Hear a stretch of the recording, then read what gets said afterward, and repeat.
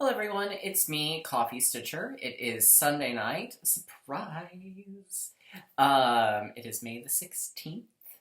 Um, you know, um, so I decided I'd go ahead and film this week, partially because I was feeling restless. Second shot actually went very, very well. I had a slightly sore arm and I took like a 2-hour nap, but that very easily also could have been because I get up really early on Saturdays to grocery shop. So I usually need a nap on Saturdays, so it may not really have all that much to do with the shot, but I did take a 2-hour nap. And my arm was sore, but otherwise I've been basically fine. How's everybody? Alright, so I've got a scotch of haul and an idea. I've got one goal met. That's kind of it. They're really what I worked on this week took much longer than I had anticipated, but that's okay because it looks fabulous. And then I have a little bit of quilting to show you, quilting haul at least. So yeah, without further ado, let's dive into the Q&A. So Imogen X Stitch asks, and this is quilting related, why is it called a layer cake or a jelly roll? That's specific primarily to Moda. That's one of the fabric companies. And I don't really know why. I tried looking on their website to see if I could find why, and I couldn't. But they offer things in different... The layer cake is the big 10-inch squares. A charm pack... 4 charm packs make up one layer cake. Then they have jelly rolls, which are 2.5-inch strips, and they come kind of like a jelly roll does, like when you go to a bakery. And then they have a honey bun, which is 1.5. And then they use a lot of like baking things in their pattern names, and like when they release a pattern, it'll say ingredients versus fabric requirements, etc., etc. So I think it's just sort of their thing that sort of has carried over, although no one else gets to use jelly roll and such because they that's copyrighted, but everyone refers to them as jelly rolls.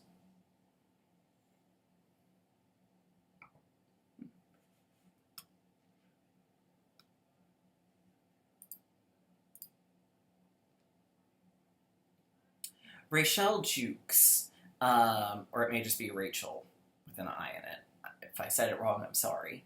Wants to know what my floss storage situation is. So what I do, I use bobbins for anything that can be put on a bobbin. DMC, Kreinik, pretty much DMC, Kreinik. Thread Gatherer, I think, can go on one. Gloriana can go on one. Silk Mill can go on one. So I put those on bobbins. I use plastic baggies for anything that is pre-cuts. So your Gentle Arts, your Rainbow Gallery, your Classic Colorworks, or anything that would be too bulky for one. So like Cruel Wools, and that's Cruel, C-R-E-W-E-L, not C-R-U-E-L. This is not Cruel, Cruel Summer.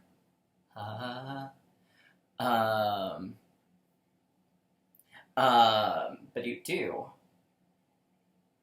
And so that's basically what I do. And the baggies all go in a drawer for a cabinet that I have.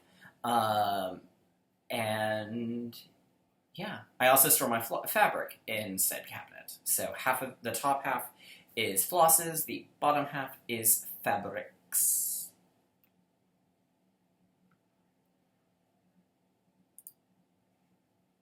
Fluffy Chomper asks, what size beads do I recommend for part 3 of the Hige series? That was the one with the really cool macrame hanging pot.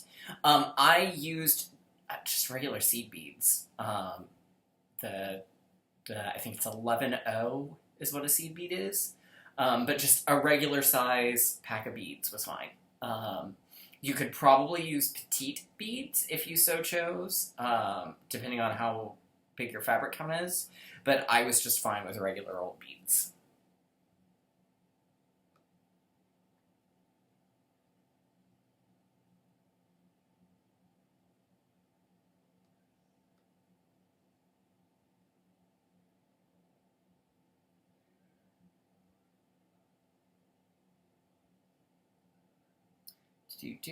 So that is it for the Q&A.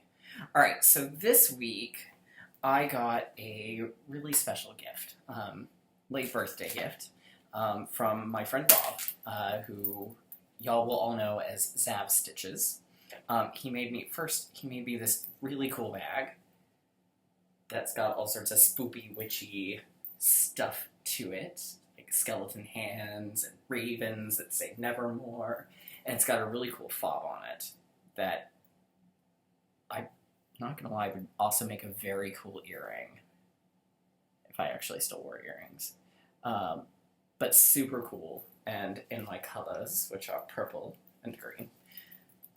Not normally bright yellow, but, you know. And then he sent me a really cool needle minder that is the LGBTQA and sort of gender non-binary pin. It's a heart. And I actually really, I'm going to do this. I'm just going to start, I like it so much that I just want to wear it as a pin. And I may just do that.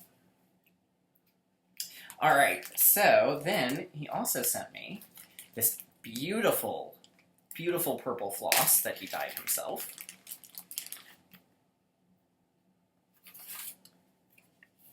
And it's a little hard to tell because the lighting in here is not great, but it's got beautiful variegation to it.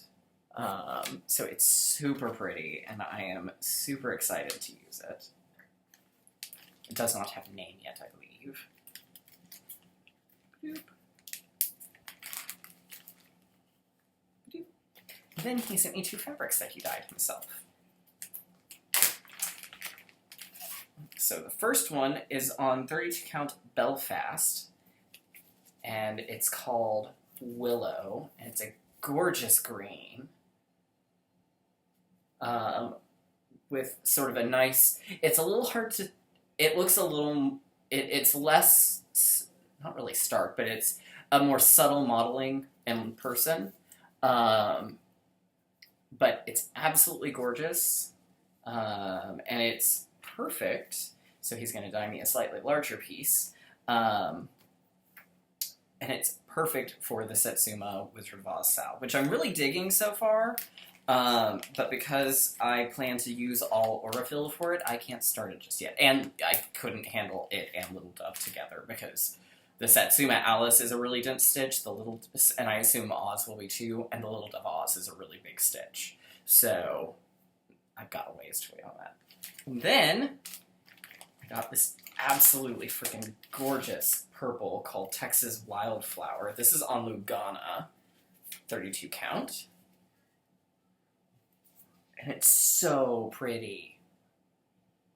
So what I'm gonna do on it, here's my idea at least, is I'm gonna use it and the purple floss. And I'm going to do Blackbird Designs Casting a Spell. I can't quite decide if I want to do, I've seen a couple of people have done it as a sampler. So I haven't quite decided if I want to do it as a sampler or if I actually want to do the box. If I do the box, however, and I'm hoping someone out there can tell me in the comments down below, or message me privately if you would prefer, preferably on Instagram, because my Facebook has largely shifted to being for more personal things. But, actually, that's not even really true. My Facebook is more for Oz things, and my Instagram is more for stitching things. But either one will work.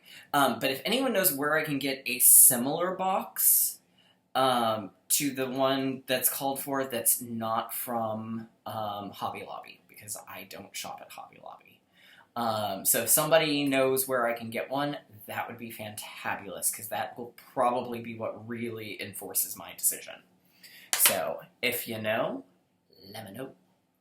But I'm real excited for it. I think it's going to be super, super pretty, and I can use some of my Halloween... If I do it as a sampler, I can use some of my Halloween fabric that I've got. So much thanks to Rob.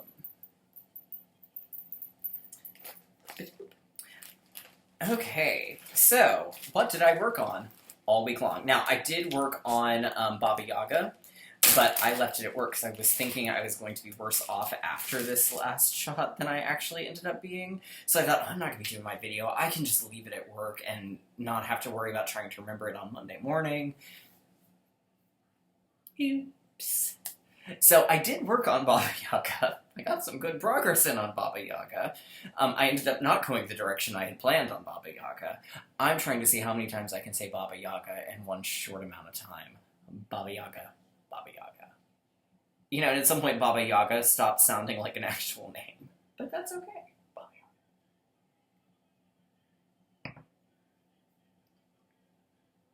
So, but I did work on part 2 and finish part 2 of Little Dove's Wizard of Oz. This is the Follow the Yellow Brick Road Sal.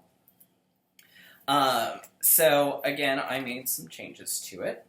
I believe I explained the last time that one of the things I was doing was I was trying to make it as much like the film as I possibly can. So here is the Scarecrow. So first things first, this is on a 32 count work bitch by Fortnite Fabrics.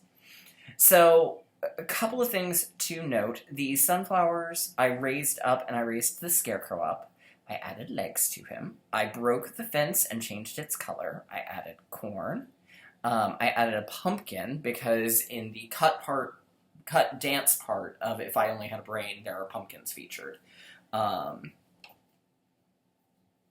Which, if you've never watched, is on YouTube. The hearts and the border are rainbow etoile. One of the things I did differently this time was I chose a different color of brick and used satin stitches on it instead of doing the sort of Rhodes rectangle with the darker gold. I have an idea for the Yellow Brick Road. I don't know for sure if it's going to completely pan out, because obviously I don't know what's coming. But my presumption is that the Yellow Brick Road is going to continue as a motif. And if so, then my idea is going to be, I think, really awesome. But we shall see. We shall see.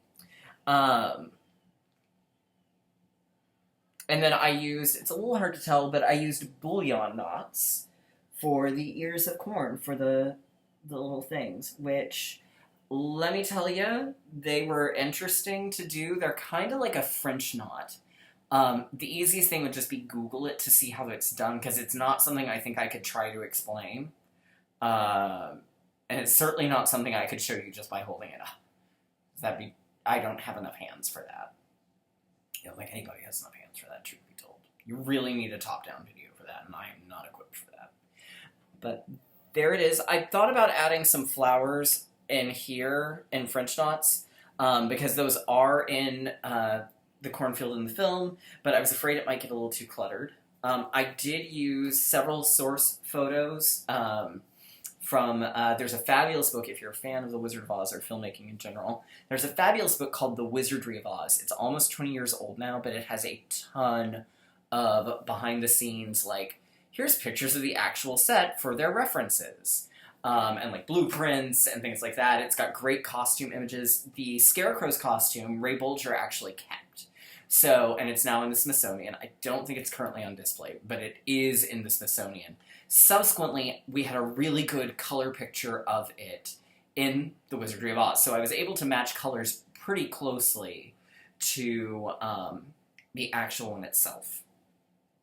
For those keeping score or who are curious, the several Dorothy dresses exist still in various stages, including some of the test dresses. The Cowardly Lion, one of his, because he had two, one of his still exists. There's a couple of pieces of Flying Monkey costumes in Emerald City and Munchkin costumes. The Tin Man's costume doesn't still exist, but it was made essentially out of leather and buckram. and quite honestly, MGM would never have needed it again. So it probably just got, if Jack Haley didn't keep it, which if he did, it's never come to light, it probably just got junked, truth be told. Because what purpose there wouldn't have really been a reason to repurpose that. So I think it's probably long gone as well. And the Wicked Witch's costume, several of her hats still exist. One of the actual dresses did exist at the Land of Oz theme park in North Carolina, and it went missing during a fire. So there's some belief that it was probably stolen, and kind of like the ruby slippers that were stolen a few years ago has just never resurfaced, or it could have been lost in the fire. So we don't really know for sure, but there are good photos of the Wicked Witch's costume. So all of that to say, I've got fairly good sources for most of them. So it's been fun. So I've been doing my research. So that was that.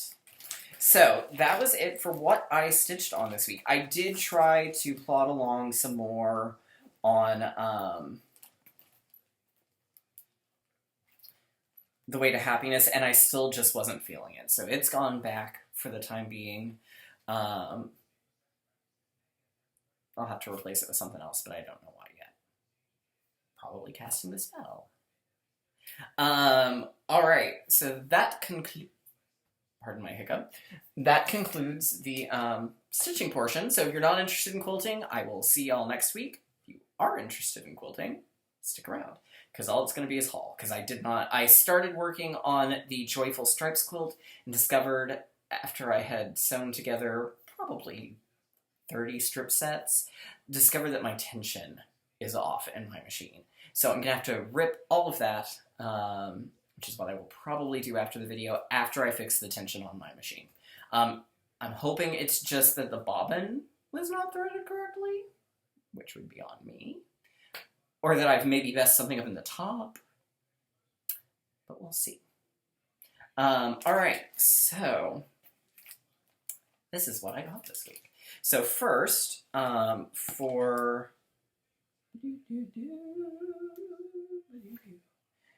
Let's see. So the first thing is I spent the rest of my birthday money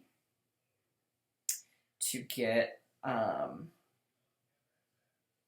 fabric to do this. It's called Jolly Bar Jump. It's a freebie from Fat Quarter Shop. And I was inspired by Gracie1 on Instagram, because this is what she did hers in. Sort of. I'm doing mine a little bit differently. So first off, it is the,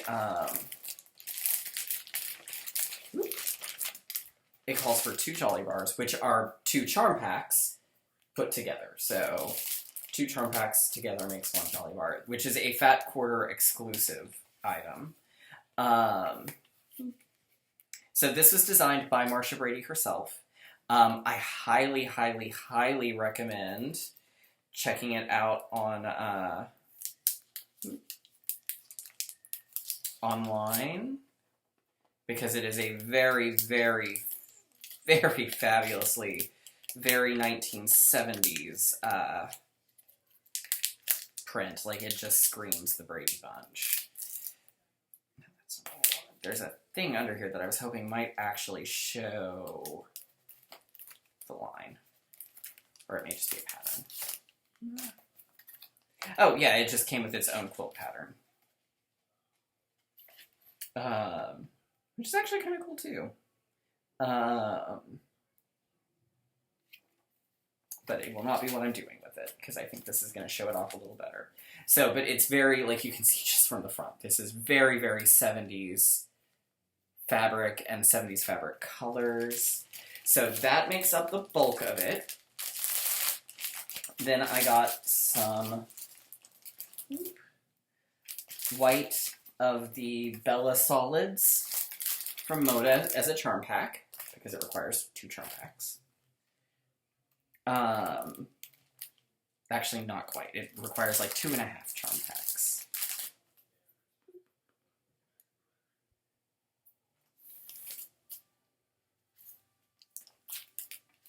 not sure how many.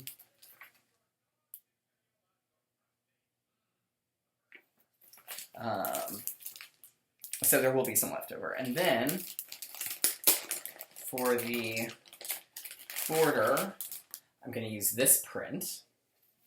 And for the binding, I'm going to use that print. So it's going to be so 1970s. I am so excited for it. Like, y'all, you have no idea. So after I finish Joyful Stripes, this, I think, will be my next quilt. And then I also ordered, because I wanted to get free shipping, a charm pack of Stardust. This is from Beverly McCullough. There it is on the back. It's one of the new ones, but what I really liked about it was, let me slide it open, and then I can show you the, because Riley Lake sends a sample card, apparently, with theirs. Ooh, no, okay. So there's the line, but it's got really cute flamingos and really cute cat eye glasses. So I really liked it for that. And again, it's got some nice, a nice 1960s-ish vibe to it. Can y'all tell that I like mid-century modern stuff? I don't know if I would love it as much if I had been born in that decade, but that's okay. And then this, which I ordered and finally came in, I actually ordered this from a place called Fort Worth Fabric Studio, so right near me. It is the Here We Glow by Delphine Cubitt, which is a Henry Glass & Company fabric line. It is a table topper and 6 placemats kit. So that's what it looks like. And it came with this really cute Halloween pencil, actually, which I thought was cute. But it came with all the fabrics, obviously, because it wouldn't be a very good kit if it didn't. But it's super cute, and the ghosts glow in the dark. So, looking forward to making that.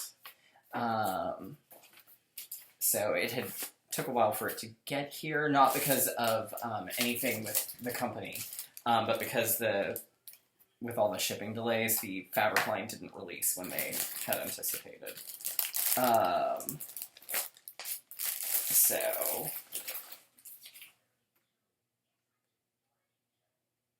This is actually not far from my house. But it's an online-only store, so I can't go there. So, anyhow, that's kind of everything for me this week. So I'm going to go fix some tension on my sewing machine, I hope. And then go rip out what I did today. Yay. Anyhow, I hope everyone has a great week. If you haven't been fully vaccinated yet and you're on the way to it, congratulations. If you've been fully vaccinated, awesome. If you're not vaccinated yet, and unless your doctor is telling you otherwise, you really probably ought to do it. But that's just me. So, anyhow, I will see you all next week. Bye!